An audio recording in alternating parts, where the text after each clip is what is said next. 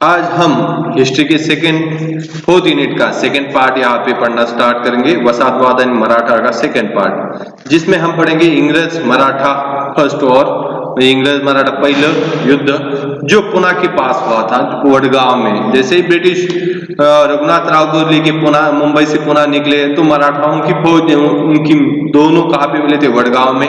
और वहां पे ब्रिटिशों को बुरी तरह से हारने का काम किया था। और उसके बाद एक वडगांव की ट्रीटी हुई थी, यानी वडगांव का तहसील था। उसके बाद मराठाओं में एक फेमस पर्सनॅलिटी कह सकते या महत्वाची व्यक्ती होती नानासाहेब फडणवीस। मराठ्यांच्या 3.5 शहाण्यापैकी एक दीड शहाणे व्यक्तिमत्व, बसल्या बसल्या दिल्लीची गादी हलवण्याची ताकद ठेवणारा हा मनुष्य स्वतःच्या हाताने तलवार देखील उचलू शकत नव्हता।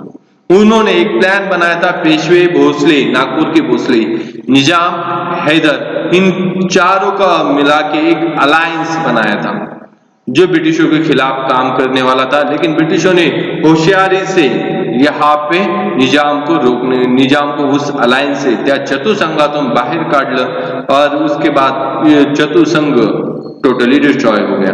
तब गवर्नर वॉरेन हेस्टिंग ने एक बात क्लियर कर ली। अगर उसको एक बात समझ में आ गई, अगर हमें इंडिया पे रूल करना है तो मराठाओं को हमेशा के लिए हराना पड़ेगा, नहीं तो मराठाओं की वजह से हम इंडिया में रूल नहीं कर सकते। इसके बाद उन्होंने मराठा निजाम को आगे करके 1795 में खरडा में वॉर करवाया मराठा और निजाम के बीच, जिस वॉर में हमेशा तक की तरह मराठा और निजाम को हराया। मराठे हमेशा निजाम को हराते ही रहे। अब इस बात बहुत, लेकिन यहाँ पे एक बहुत बुरी बात हुई।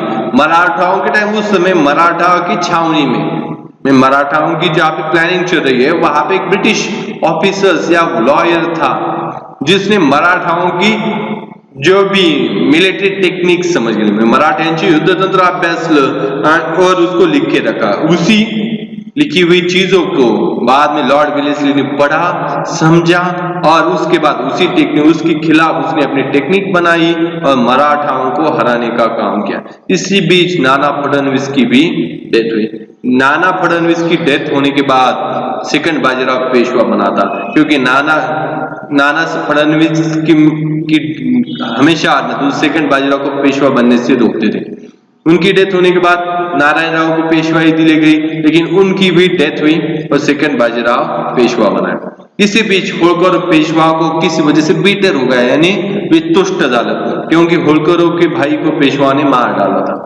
अब इस वजह से गुस्सा होकर होळकर ने पुणे के ऊपर अटैक कर लिया, पुणे कैप्चर भी कर लिया। लेकिन इस वजह से डर के मारे सेकंड बाजीराव ब्रिटिशों के पास पहुंच गया।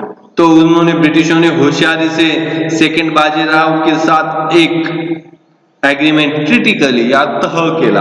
उसमें उसे कहा जाता है वसईचा तह। उसके अंदर मराठाओं ने तैनाती फौज एक्सेप्ट कर ली थी, लेकिन जो शिंदे होळकर जैसे सरदार थे उन्होंने इस ट्रीटी को अपोज कर लिया। इसके बाद मराठा इंग्रज यानी एंग्लो मराठा सेकंड वॉर हुआ, जिसमें मराठाओं को हार मिली है। उसके बाद इंग्रज मराठा थर्ड वॉर हुआ, उसमें भी मराठाओं को हार मिली है। जैसे थर्ड एंग्लो मराठा वॉर हुआ है, उसके बाद 1 साल के बाद मराठा डायनेस्टी का एंड होता है 1818 में और सेकंड बाजीराव को बिठूर कानपुर के पास वहां पे भेज दिया जाता है और उसको एनुअल पेंशन मीन्स वार्षिक तनख्वाह दी जाती है और उसने उसके बाद वहां पे अपनी लाइफ जी है। उसके बाद देखना है डच मराठा। डचों की फैक्ट्री यानी वखाल वेंगोला में बनी है 1650 में। छत्रपति शिवाजी महाराज ने जब कुडाल पर अटैक किया था तब फर्स्ट टाइम मराठाओं और डचों का रिलेशन आया। डच थोड़े से रुक गए थे या डर गए थे कह सकते हैं। अब इसी बीच छत्रपति शिवाजी महाराज के खिलाफ मराठाओं की आर्मी या नेवी डिस्ट्रॉय करने के लिए तो डचों के पास सूरत के सूबेदार ने हेल्प मांगी थी, लेकिन वो उन्होंने रिफ्यूज कर ली क्योंकि वो भी मराठाओं से डरते थे। दाभोल में इस वजह से छत्रपति शिवाजी महाराज ने उनको फैक्ट्री यानी वकालत बनाने की परमिशन दी थी। उसके बाद अब डच भी कुछ चाहते थे मराठाओं से। क्या चाहते थे? वो चाहते थे मुंबई से ब्रिटिशों को निकालने के लिए वो मराठा हेल्प करे, लेकिन मराठाओं ने हेल्प नहीं की। इसके रिटर्न में जब छत्रपति शिवाजी महाराज ने सूरत लूटी थी, तब डचों की फैक्ट्री यानी वखार को कोई भी परेशान नहीं किया था, हैरेस नहीं किया था, त्रास दिलाना था।